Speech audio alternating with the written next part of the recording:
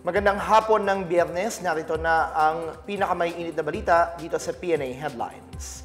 Ipinag-utos ni Pangulong Ferdinand R. Marcos Jr. ang agarang pagpapatupad ng mga pangunahing proyekto at programa ng administrasyon na magsusulong sa pag-unlad ng bansa. Sa isang press briefing ngayong araw, sinabi ni Presidential Communications Office Undersecretary at Palace Press Officer Claire Castro na nakatuon ang Pangulo sa pagtugon sa pangangailangan ng mga Pilipino. Aniya, mangyayari lamang ito kung mapapabilis ang implementasyon ng mga mahalagang inisyatibo para sa kaunlaran ng bansa. Samantala, binigyang diin ni Castro na walang balak si Pangulong Marcos na makialam sa nalalapit na impeachment trial ni Vice Presidente Sara Duterte. Nitong Huwebes, nagsagawa na rin ng pagpupulong ang ilang miyembro ng gabinete upang talakayin ang mga proyekto na kailangang agad na maipatupad. Ang mabe-verify ko po sa inyo, totoo pong pinag-utos ng Pangulo na dapat asekusuhin po namin ang trabaho. Dapat madaliin po ang pag-i-implement ng mga proyekto na nais niya para sa taong bayan. Pero pagdating po sa impeachment, yan po ay nasa kamay na po ng Senado, nasa kamay na rin po ito ng mga prosecutors. So hayaan na lang po natin yung prosesong dumaloy ng normal. Samantala, umaasa ang administrasyon ni Pangulong Ferdinand R. Marcos Jr. na tuluyang mapapalawak at makakabili ng 20 pesos na bigas ang mga Pilipino mula sa lahat ng sektor sa taong 2026. Ayon sa Malacanang, kasalukuyang limitado pa sa vulnerable sectors ang nakikinabang sa programang Benteng Bigas Meron Na sa mga kadiwa ng Pangulo Center. Ayon kay Presidential Communications Office Undersecretary at Palace Press Officer Claire Castro, target ng administrasyon na mapalawak ito para sa buong sambayanan sa susunod na taon. Sa kasalukuyan, may 32 kadiwa centers na sa Metro Manila at kalapit na mga lalawigan ang nagbebenta ng 20 pesos kada kilo na bigas. Target ng Department of Agriculture na mapalawak ito sa 55 center pagsapit ng Hunyo. Kasama sa pagpapalawak ng programa ang mga lugar sa Mindanao upang mas maraming pamilyang Pilipino ang makinabang sa murang bigas. Sa ngayon po, sa Kadiwa Centers, vulnerable sectors po ang makikinabang pansamantala hanggang December 2025. Sa LGUs po, kung ano man po ang kanilang magiging guidelines, maaari po ito maging rice for all. Depende na po yan kung ano po ang magiging panuntunan ng LGU na siyang makikipag-cooperate po sa programang ito. Pero ang plano po sa susunod na taon po ay magkaroon po ng budget para maibigay po ang 20 pesos na bigas kada kilo sa lahat. Yan po ang plano, depende po sa budget. Pero ipagdasal po natin na makaya po ito ng ating Pangulo at ng administrasyon para po ito sa taong bayan. Sa ibang balita, bumaba ng 46% ang crime rate sa Metro Manila sa unang 15 araw ng Mayo ngayong taon, ayon sa ulat ng National Capital Region Police Office o NCRPO. Sa isang pahayag, sinabi ni NCRPO Chief Major General Anthony Abirin, mula May 1 hanggang 15, umabot lamang sa 155 na insidente ng krimen ang naitala kumpara sa 287 na insidente sa kaparehong panahon noong nagdaang taon. Base sa ulat, pinakamalaking pagbaba ang naitala sa mga kaso ng rape na bumagsak ng 76%. Sinundan ito ng 50% na pagbaba ng mga kaso ng physical injury. Bumaba rin ng 38% ang murder cases, 43% sa homicide, 39% sa robbery at 37% sa theft. Bumaba rin ng 13% ang kaso ng motorcycle theft. Ayon kay Abirin, ang pagbaba ng krimen ay dahil sa mas pinaigting na checkpoint operations, mas mataas na presensya ng mga pulis at pinatinding pagpapatupad ng mga batas sa buong rehiyon. Bukod sa pagbaba ng crime volume, tumaas naman anya ang kahusayan ng NCRPO sa paghawak ng mga kaso matapos na manatili sa 90.97% ang crime clearance efficiency. Tumaas naman ang crime solution efficiency ng NCRPO sa 76.13% mula 67.6%. Sa bawat binhing itinanim sa lupang tila nalimot, may panibagong buhay na sumusulpot. At sa lalawigan ng Cagayan, ang National Greening Program ng DENR o Department of Environment and Natural Resources ay hindi lamang pagtatanim ng puno. Ito'y pagtatanim ng mas magandang kinabukasan. Ang ulat mula kay Marita Muahe. Sa bayan ng Lalo sa Cagayan, nakilala ng Philippine News Agency si Elizabeth Rigon.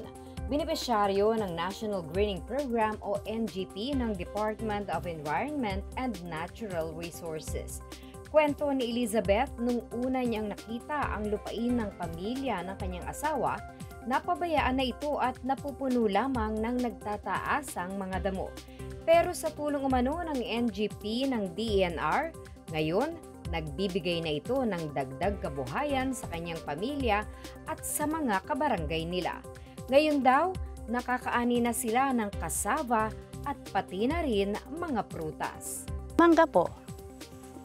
Kasi yung mga namatay na mangga, pinapalitan ng mister ko ng langka, santol, coconut, pineapple. Meron din kaming area kasi walang masyadong nabuhay na mangga. Tinaniman namin ng dalandan na 1,200 puno. Malaking tulong din daw ito para sa kabuhayan ng kanilang pamilya. Nakakatulong din para sa kapaligiran. Ngayon, maging mga kabarangay nila Elizabeth na dati ay wala lang daw pakialam sa kanilang mga lupain at puro pag-inom at pagsusugal lamang ang pinagkakaabalahan, sumama na rin sa NGP at ngayon ay pinagkakakitaan na rin ang mga pananim. So nahikayat ko yung mga kabarangay ko na magtrabaho. Ngayon po, marami nang nakapasan yung mga anak nila na mayroong abogado, meron mga CPAs, yung mga beneficiary yung mga anak nila is masasabi ko naman na naging successful sila sa tulong po ng lupa na pinasok namin sa NGP. Si Elizabeth, hindi lang benepisyaryo, isa siyang tagapangalaga ng kalikasan. Siya at ang kanyang pamilya ay lumapit mismo sa DENR para malaman kung paano sila makakalahok sa programa. Handa silang magtanim, mag-aruga at maghintay dahil alam nilang may bunga ang tiyaga.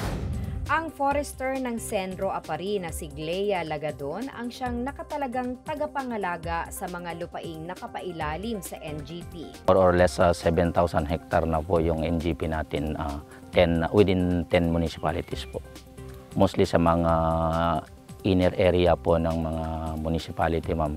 Lahat po from Santa Ana, sa Santa Ana, sa Gonzaga, Santa Teresita, Bugay, Apari, Camalanyugan, Lalo, Alakapan, Lasam, Agataran. Yun po yung mga nasa sakaupan po namin. Sabi ni Lagadon, lumalapit ang DENR sa mga komunidad para maghanap ng mga kagaya ni Elizabeth, mga taong handang magtanim at mag-alaga ng kagubatan. Sa bawat lugar, tinitiyak muna ang kalidad ng lupa gamit ang survey, mapping at soil test.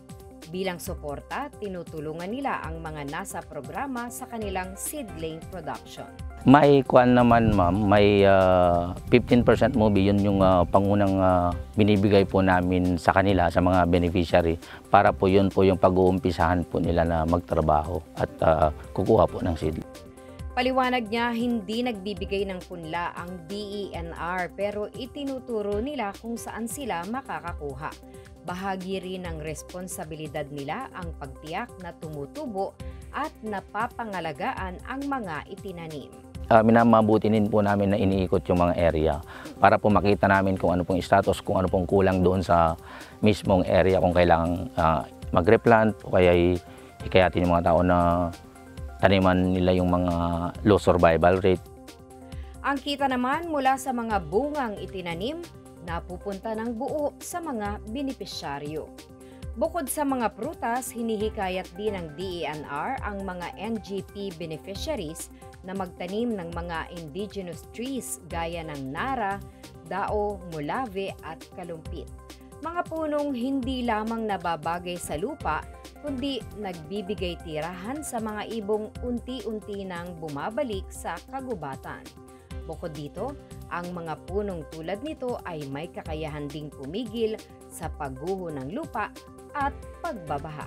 Ang puno ay buhay pero higit sa mga bunga na ibinibigay nito, nakakatulong to para sa ating climate change mitigation, lalong-lalo na rin pati sa mga baha para hindi tayo bahain na nagiging sanhi ng pagkamatay ng maraming buhay. Pero higit sa trabaho ng gobyerno, kinakailangan po natin ang tulong ng lahat ng mga mamamayan para maging matagumpay po ang programang ito. Mula dito sa Lalo, Cagayan, ako si Marita Muahe para sa PNA Headlines. Sa iba pang balita, patuloy ang naging paglago ng resources o kabuuang yaman ng financial sector ng bansa ayon sa datos mula sa Bangko Sentral ng Pilipinas. Ayon sa BSP, pumalo na sa 34.29 trillion pesos ang kabuuang resources ng mga bangko at non-bank financial institutions sa pagtatapos ng Marso ngayong taon. Nangangahulugan ito ng 6.7% na pagtaas kumpara sa 32.11 trillion pesos noong Marso ng nakaraang taon. Ang universal at commercial banks pa rin ang may pinakamalaking bahagi dito na nakapagtala ng 26.63 trillion pesos, habang umabot naman sa 1.17 trillion pesos sa mga thrift banks.